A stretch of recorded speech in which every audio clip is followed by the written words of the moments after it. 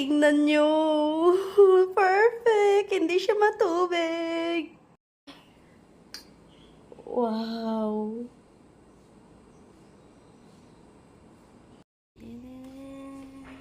Morning mga kabab. So for today's video ay babalik tayo sa kuda-kuda at gagawa tayo ng content. Gagawa tayo ng homemade yogurt. Nakita ko siya sa TikTok dahil nag-viral nga siya. Gumagawa ng DIY na yogurt. Since ako mahilig talaga ako sa yogurt, nilalagay ko siya sa smoothie, tapos ginagawa ko siyang sausawan o di kaya nilalagay ko na lang siya sa fruits pang toppings.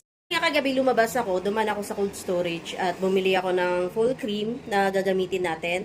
At bumili din ako ng pang starter na yogurt na merong live-in active cultures.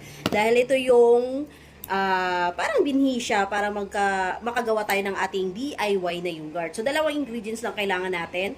Isang full cream, 1 litro ng full cream at saka isang yogurt na merong live-in active cultures. Yun lang. Yung brand na gagamitin natin mga kabab, ito lang kasing merong full cream doon sa cold storage, yung iba sold out na. Tapos itong Chobani na Greek yogurt ang gagamitin natin. At nakalagay dito na merong live-in active cultures kasi ito talaga ang best option daw na mas maganda kumpara sa ibang brand at medyo pricey nga siya kahit maliit kaya hindi ako bumibili ng ganitong brand mga kabab. Doon lang ako sa medyo mura-mura. Salang lang natin siya dito. Ilalagay natin, ibuhos natin lahat.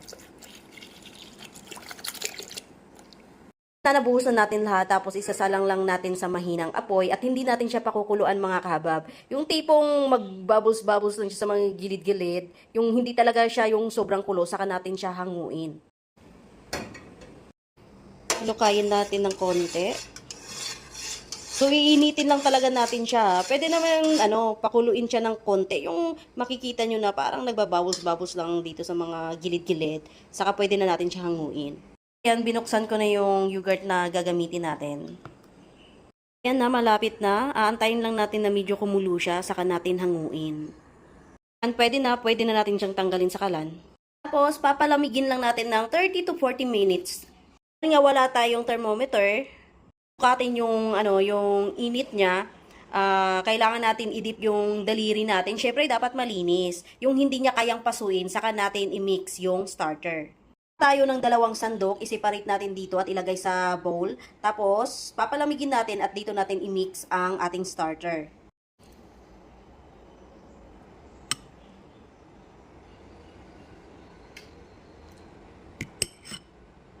Hayaan muna natin yan sila dyan hanggang sa makuha natin ang tamang temperatura.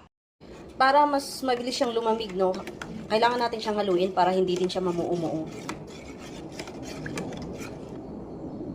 Ito din, dahil dito natin i-mix yung yogurt natin. Dahil malamig na nga siya mga kabab, hindi siya masyadong malamig, yung warm lang talaga. So, i-mix na natin dyan ang ating yogurt.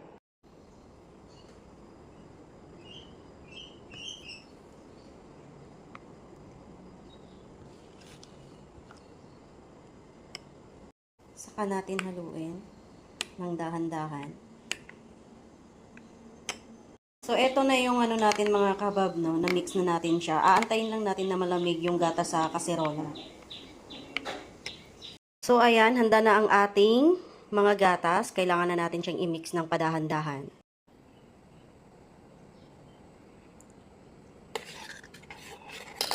Nahihirapan ako. Ibubuhos lang natin ng pakunti-kunti mga kabab.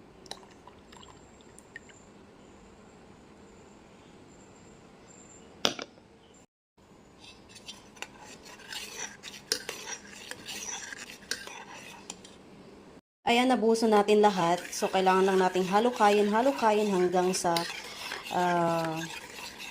mag-combine na talaga sila lahat. After nito, kailangan natin siyang i-store sa isang sulok na medyo warm. Pwede naman siya lutuin sa oven mga kabab, pero hindi naman ako gumagamit ng oven. So, i-store lang natin siya sa isang sulok na hindi nabubuksan. Kailangan ilagay natin siya doon ng 8 to 12 hours. So, titingnan natin bukas kung maganda ang kinalabasan ng ating homemade yogurt. Tapan na natin, saka natin siya balutin ng malinis na tuwalya. Yan o. Ilalagay. Successful ang ating DIY yogurt. I-check natin bukas. Ano oras na ba ngayon? Bukas ng alauna, bubuksan natin kung tama ba yung ginawa nating proseso at saka successful ang ating yogurt. Gusto ko kasi sa yogurt is yung sticky at medyo creamy-creamy talaga. So, bukas na lang ang update mga kabab. Annyeong! Ito yung mga kabab, oras na para i-check natin ang ating ginawang yogurt kahapon kung successful ba. So, insakto alauna na ngayon at 12 hours na natin siyang itinago doon sa isang sulok na hindi makikita ni Madam. Let's go!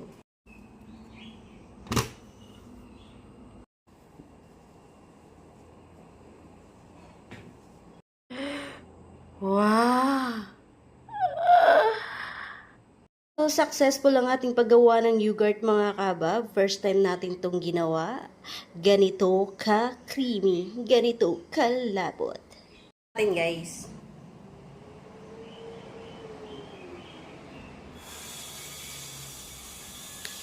Parang similar lang din dun sa convenience store na nabibili natin or sa sa mall.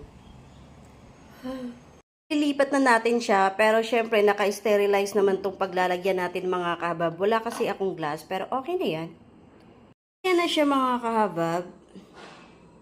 Wala siyang tubig, hindi siya matubig talaga.